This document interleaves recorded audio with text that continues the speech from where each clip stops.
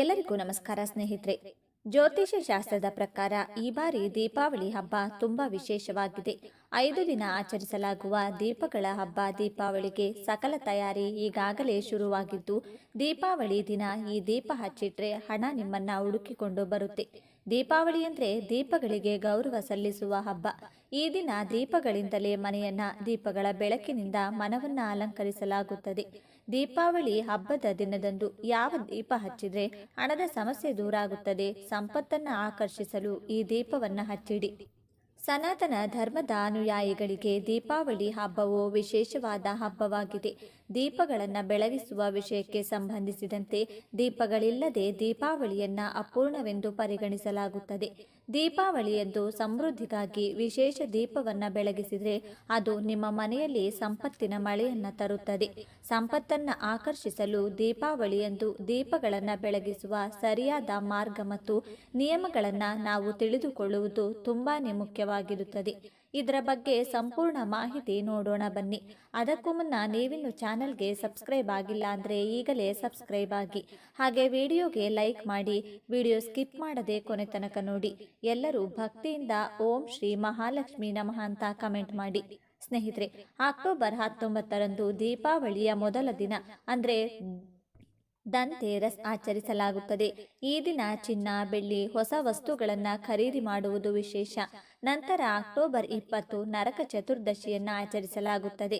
October 21 Lakshmi ಪೂಜೆ ಹಾಗೂ October 22ರಂದು Govardhana ಪೂಜೆ ಮತ್ತು ಅಕ್ಟೋಬರ್ 23ರಂದು ಬಾಯಿ ದೂಜ್ ಆಚರಿಸಲಾಗುವುದು. ಈ 5 ದಿನಗಳ ಆಚರಣೆಯು ಕೆಟ್ಟದ್ದರ ಮೇಲೆ ಒಳ್ಳೆಯದರ ವಿಜಯವನ್ನು ಸಂಕೇತಿಸುವುದು. ಅಜ್ಞಾನದ ಮೇಲೆ ಜ್ಞಾನದ ಜಯವನ್ನು ಸೂಚಿಸುವ ಈ ದೀಪಾವಳಿ ಹಬ್ಬದ ವಿಶೇಷ. ಈ ಶುಭ ದಿನದಂದು ಲಕ್ಷ್ಮೀದೇವಿಯ ಆಗಮನಕ್ಕಾಗಿ ದೀಪವನ್ನು ಬೆಳಗಿಸುವುದರಿಂದ ಮನೆಯಲ್ಲಿ ಸಂತೋಷ ಮತ್ತು ಸಮೃದ್ಧಿ ವೃದ್ಧಿಯಾಗುತ್ತದೆ ಎನ್ನುವ ನಂಬಿಕೆ ಇದೆ. ಆದರೆ ಇದಕ್ಕಾಗಿ ಸರಿಯಾದ ರೀತಿಯ ದೀಪವನ್ನು ನಿಯಮಿತವಾಗಿ ಬೆಳಗಿಸುವುದು ತುಂಬಾನೇ ಮುಖ್ಯವಾಗಿರುತ್ತದೆ. ಆ ಕುರಿತು ಒಂದಿಷ್ಟು ಮಾಹಿತಿ ಹೀಗಿದೆ. ಮೊದಲನೆಯದಾಗಿ, ನಮ್ಮ ಧರ್ಮ ಮತ್ತು ಶಾಸ್ತ್ರದ ಪ್ರಕಾರ ದೀಪಾವಳಿ ಹಬ್ಬದ ದಿನದಂದು ಲಕ್ಷ್ಮೀ ದೇವಿಯ ಮುಂದೆ ವಿವಿಧ ದೀಪಗಳನ್ನು ಹಚ್ಚಿಡಲಾಗುತ್ತೆ. ಅವುಗಳಲ್ಲಿ ತುಪ್ಪದ ದೀಪವು ಒಂದು. ದೀಪಾವಳಿ ಹಬ್ಬದ ದಿನದಂದು ನೀವು ಲಕ್ಷ್ಮೀ ದೇವಿಯ ಮುಂದೆ ತುಪ್ಪದ ದೀಪವನ್ನು ಬೆಳಗಿಸಬೇಕು. ಈ ದೀಪವು ಶುದ್ಧ ತುಪ್ಪದಿಂದ ಉರಿಯುತ್ತಿರಬೇಕು ಮತ್ತು ಇತರೆ ದೀಪಗಳಿಗಿಂತ 10 ದೀಪ ಈ ದೀಪ ದೊಡ್ಡದಾಗಿರಬೇಕು ಹಾಗೂ ಈ ದೀಪದ ಸುತ್ತ ಒಂದಿಷ್ಟು ಚಿಕ್ಕ ದೀಪವನ್ನು ಹಚ್ಚಿಡಬೇಕು. ಈ ರೀತಿ ಮಾಡೋದ್ರಿಂದ ಲಕ್ಷ್ಮೀ ದೇವಿಯು ನಿಮ್ಮ ಮೇಲೆ ಶೀಘ್ರದಲ್ಲೇ ಸಂತುಷ್ಟಳಾಗುತ್ತಾಳೆ. ಎರಡನೆಯದಾಗಿ, ದೀಪಾವಳಿ ಹಬ್ಬದ ದಿನದಂದು ನೀವು ಯಾವ ದಿಕ್ಕಿನಲ್ಲಿ ದೀಪವನ್ನು ಹಚ್ಚಿಡದೇ ಇದ್ರೂ ದಕ್ಷಿಣದ ದಿಕ್ಕಿನಲ್ಲಿ ಕಡ್ಡಾಯವಾಗಿ ದೀಪವನ್ನು ಹಚ್ಚಿಡಬೇಕು. ಈ ದಿಕ್ಕಿನಲ್ಲಿ ನಾವು ದೀಪವನ್ನು ಹಚ್ಚಿಡುವುದರಿಂದ ನಮ್ಮ ಮನೆಗೆ ಯಾವುದೇ ರೀತಿಯಾದ ನಕಾರಾತ್ಮಕತೆಯು ಆಗಮಿಸುವುದಿಲ್ಲ. ಇದಲ್ಲದೆ ನಿಮ್ಮ ಮನೆಯಲ್ಲಿ ಸಂಪತ್ತನ್ನು ಹೆಚ್ಚಿಸುವುದಕ್ಕೂ ಇದು ಸಹಕಾರಿಯಾಗಿದೆ. ಮೂರನೆಯದಾಗಿ, ಹಣಕಾಸಿನ ಅಡಚಣೆಯಿಂದ ತೊಂದರೆಯಾಗಿದ್ರೆ ನೀವು ತುಪ್ಪದ ದೀಪವನ್ನು ಹಚ್ಚಿಡಬೇಕು. ಅಂದರೆ ದೀಪವನ್ನು ಬೆಳಗುವಾಗ ನೀವು ಹತ್ತಿ ಬತ್ತಿಯ ಬದಲು ಕಲವ ದಾರವನ್ನು ಬಳಸಿ ದೀಪವನ್ನು ಬೆಳಗಿಸಬೇಕು. ಇದು ನಿಮ್ಮ ಹಣದ ಸಮಸ್ಯೆಗಳನ್ನು ದೂರಾಗಿಸಿ ಅದೃಷ್ಟವನ್ನು ತರುತ್ತದೆ. ನಾಲ್ಕನೆಯದು, ನೀವು ಯಶಸ್ಸನ್ನ ಸಾಧಿಸುವಲ್ಲಿ ಸಮಸ್ಯೆಯನ್ನ ಎದುರಿಸುತ್ತಿದ್ರೆ ದೀಪಾವಳಿಯ ದಿನದಂದು ಮನೆಯ ಮುಖ್ಯ ಬಾಗಿಲಿನ 2 ಬದಿಗಳಲ್ಲಿ ತುಪ್ಪದ ದೀಪವನ್ನು ಹಚ್ಚಿಡಬೇಕು. ಇದನ್ನ ಮಾಡೋದ್ರಿಂದ ನಿಮ್ಮ ಸ್ಥಗಿತಗೊಂಡ ಎಲ್ಲ ಕಾರ್ಯಗಳು ಸಮಯಕ್ಕೆ ಸರಿಯಾಗಿ ಪೂರ್ಣಗೊಳ್ಳುತ್ತದೆ. ಅಲ್ಲದೆ ಯಶಸ್ಸಿನ ಮಾರ್ಗಗಳು ಕೂಡ ನಿಮಗಾಗಿ ತೆರೆದಿರುತ್ತದೆ.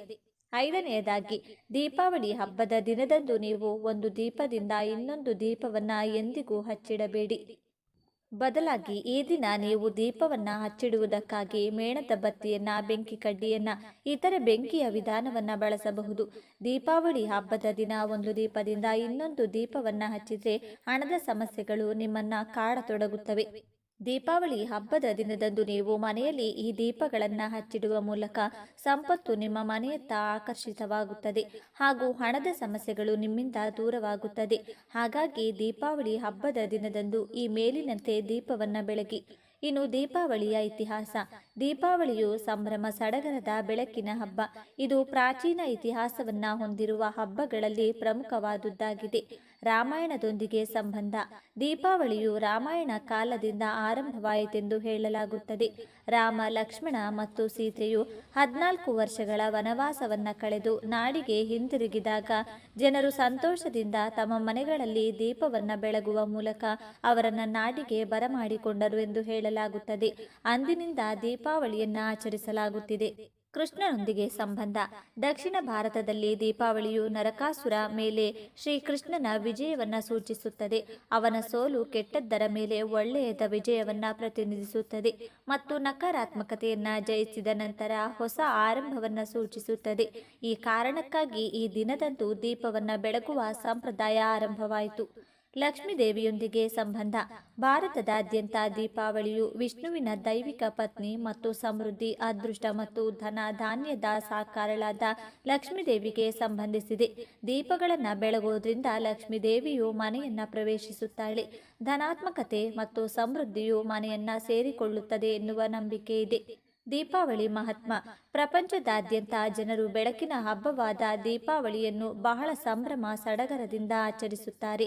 ಪ್ರತಿ ಮನೆಯಲ್ಲೂ ಜನರು ಬೆಲೆಬಾಳುವ ವಸ್ತುಗಳ ಜೊತೆಗೆ ಗಣೇಶ ಮತ್ತು ಲಕ್ಷ್ಮೀ ದೇವಿಯನ್ನ ಪೂಜಿಸುತ್ತಾರೆ. ಪೂಜೆ ಮುಗಿದ ನಂತರ ಭಕ್ತರು ತಮ್ಮ ನೆರೆಹೊರೆಯವರು ಮತ್ತು ಸ್ನೇಹಿತರಿಗೆ ಸಿಹಿ ತಿಂಡಿ ಮತ್ತು ಉಡುಗೊರೆಗಳನ್ನು ವಿತರಿಸುತ್ತಾರೆ. ಈ ಸಂದರ್ಭವನ್ನು ಆಚರಿಸಲು ಮಕ್ಕಳು ಮತ್ತು ಹಿರಿಯರು ಇಬ್ಬರು ಪಟಾಕಿಗಳನ್ನು ಸಿಡಿಸುತ್ತಾರೆ ಮತ್ತು ದೀಪಗಳನ್ನು ಬೆಳಗಿಸುತ್ತಾರೆ. ದೀಪಾವಳಿ ಲಕ್ಷ್ಮೀ ಪೂಜೆ ವಿಧಾನ. ದೀಪಾವಳಿ ಪೂಜೆಗೂ ಮುನ್ನ ಮನೆಯನ್ನ ಗಂಗಾ ಜಲದಿಂದ ಶುದ್ಧ ಮಾಡಿ ಮಠದ ಪೀಠ ಅಥವಾ ಮಣೆಯ ಮೇಲೆ ಕೆಂಪು ಹತ್ತಿ ಬಟ್ಟೆಯನ್ನು ಹರಡಿ ಮತ್ತು ಮಧ್ಯದಲ್ಲಿ ಒಂದು ಹಿಡಿ ಧಾನ್ಯಗಳನ್ನು ಇರಿಸಿ. ಧಾನ್ಯದ ಮಧ್ಯದಲ್ಲಿ ನೀರು ತುಂಬಿದ ಕಲಶವನ್ನ ಇರಿಸಿ. ಬಳಿಕ ಗಣಪತಿ ಮತ್ತು ಲಕ್ಷ್ಮೀ ದೇವಿಯ ವಿಗ್ರಹ ಅಥವಾ ಫೋಟೋವನ್ನ ಪ್ರತಿಷ್ಠಾಪಿಸಿ ಲಕ್ಷ್ಮೀ ದೇವಿಗೆ ಮತ್ತು ಗಣೇಶನಿಗೆ ತಿಲಕವನ್ನ ಹಚ್ಚಿ ಮತ್ತು ದೀಪವನ್ನ ಬೆಳಗಿಸಿ. ಈಗ ಗಣೇಶ ಮತ್ತು ಲಕ್ಷ್ಮಿಗೆ ಹೂಗಳನ್ನು ಅರ್ಪಿಸಿ ಲಕ್ಷ್ಮೀ ಮಂತ್ರಗಳನ್ನು ಪಠಿಸಿ. ಪೂಜೆಯ ಕೊನೆಯಲ್ಲಿ ಆರತಿ ಮಾಡುವುದನ್ನು ಮರೆಯದಿರಿ. ನಿಮ್ಮ ಸಾಮರ್ಥ್ಯಕ್ಕೆ ಅನುಗುಣವಾಗಿ ಪೂಜಾ ವಿಧಿವಿಧಾನಗಳಿಗೆ ಅನುಗುಣವಾಗಿಯೂ ನಿಮ್ಮದೇ ರೀತಿಯಲ್ಲಿ ಪೂಜೆ ಮಾಡಬಹುದು. ದೀಪಾವಳಿ ಕೇವಲ ಬೆಳಕಿನ ಹಬ್ಬ ಮಾತ್ರವಲ್ಲ, ಅದೊಂದು ಸಂಪತ್ತು, ಸಮೃದ್ಧಿ ಹಾಗೂ ಸಂತೋಷವನ್ನ ಹರಡುವ ಹಬ್ಬವಾಗಿದೆ.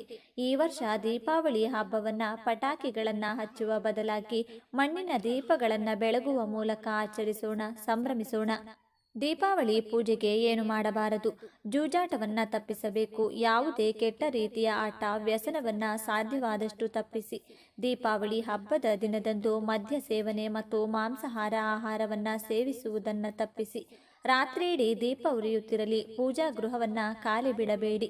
ಕುಳಿತುಕೊಳ್ಳುವ ಸ್ಥಿತಿಯಲ್ಲಿಲ್ಲದ ಗಣೇಶನ ವಿಗ್ರಹವನ್ನ ಪೂಜಾ ಪ್ರದೇಶದಲ್ಲಿಡಬೇಡಿ. ಭಗವಾನ್ ವಿಷ್ಣುವಿಲ್ಲದೆ ಲಕ್ಷ್ಮೀ ದೇವಿಯನ್ನ ಏಕಾಂಗಿಯಾಗಿ ಇಡಬೇಡಿ. ಅದು ಅದೃಷ್ಟವನ್ನ ನೀಡುವುದಿಲ್ಲ. ಮನೆಯೊಳಗೆ ಪಟಾಕಿ ಅಥವಾ ಹೂವುಗಳನ್ನು ಬಳಸಬೇಡಿ. ಅಲ್ಲದೆ ಲೋಹ ಅಥವಾ ಗಾಜಿನ ಪಾತ್ರೆಗಳಲ್ಲಿ ಪಟಾಕಿಗಳನ್ನು ಹಚ್ಚಬೇಡಿ. ದೀಪಾವಳಿಯ ಮನೆಯ ಅಲಂಕಾರದಲ್ಲಿ ಕಿಂಚಿತ್ತೂ ದೋಷ ಬಾರದಂತೆ ನೋಡಿಕೊಳ್ಳಿ. ಎಲ್ಲ ಕಳೆ ಕೊಳೆ ನಿವಾರಣೆಯಾಗಲಿ. ಇದರಿಂದ ಲಕ್ಷ್ಮೀ ದೇವಿಯನ್ನ ಒಲಿಸಿಕೊಳ್ಳುವುದು ಸುಲಭ. ಜೊತೆಗೆ ದೀಪಾವಳಿ ಸಮಯದಲ್ಲಿ ಮನೆಯನ್ನ ಹೂವು, ತಳಿರು ತೋರಣಗಳಿಂದ ಸಿಂಗರಿಸಿ ಮನೆ ಮುಂದೆ ರಂಗೋಲಿ ಹಾಕೋದನ್ನ ಮರಿಬೇಡಿ. ಈ ವಿಶೇಷವಾದ ಮಾಹಿತಿ ನಿಮಗೆ ಇಷ್ಟವಾದರೆ ತಪ್ಪದೆ ಜೈ ಮಹಾಲಕ್ಷ್ಮೀ ದೇವಿ ಅಂತ ಕಮೆಂಟ್ ಮಾಡಿ. ಈ ವಿಡಿಯೋವನ್ನ ಪ್ರತಿಯೊಬ್ಬರಿಗೂ ಶೇರ್ ಮಾಡಿ. ಧನ್ಯವಾದಗಳು.